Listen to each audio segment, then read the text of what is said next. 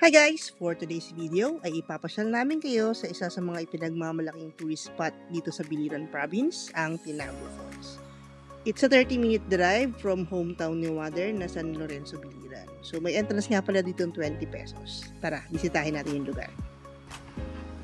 Okay, walk tour to Tinago Falls.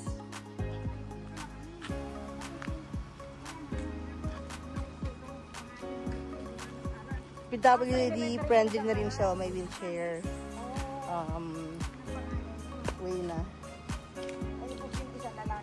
From the entrance pa lang dinig mo na yung tunog ng falls.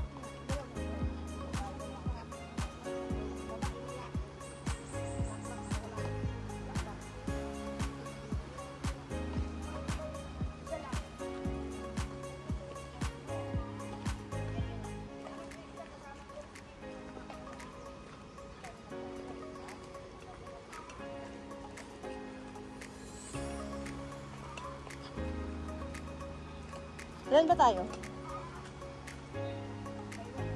Ayan, so dito magbabayad ng entrance fees. So 20 pesos sa adult and 10 pesos para sa mga minor. Ito naman yung kanilang dining area. So before, hindi nila pinapayagan dalhin dun sa falls yung mga food. Pero since konti lang ang tao ngayon, they allow it. Yung entrance fee is 20 pesos. And walang bayad yung parking and yung gamit ng facility ng kailangan.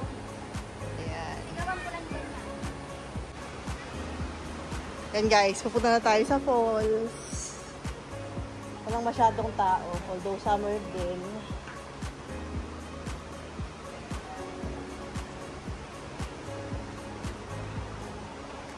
So parang from dun sa start point, sa parking area sa taas, mga 10 minutes lang to, falls na. Hindi naman ganun kahirap yung daan kasi bato-bato na. Pero still recommended pa rin na non-slippery shoes or tsinelas yung dalhin nyo kasi may mga batong medyo madudulas na. And syempre, caution, ingat-ingat. Ayan.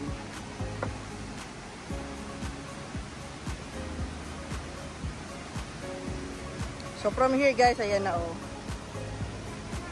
Ha?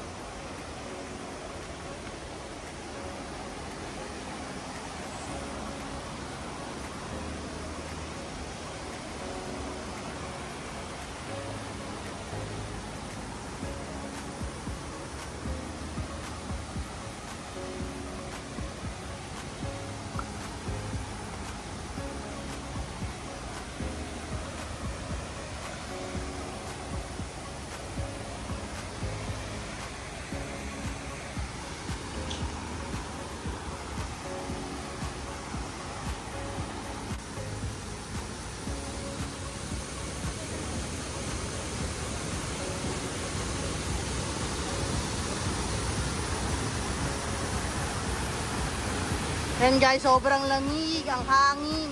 Napaka-fresh ng hangin. Ito yung binilis dito. Ang ganda guys. So ayan guys, kaya hindi namin pinapalampas na bisitahin ang Tinago Falls every time na nasa Biliran kami dahil maganda, napaka-refreshing ng tubig, pati yung hangin dito sa falls na to at madali siyang puntahan. So that's our Tinago Falls experience. Thank you for watching and we'll see you on our next videos.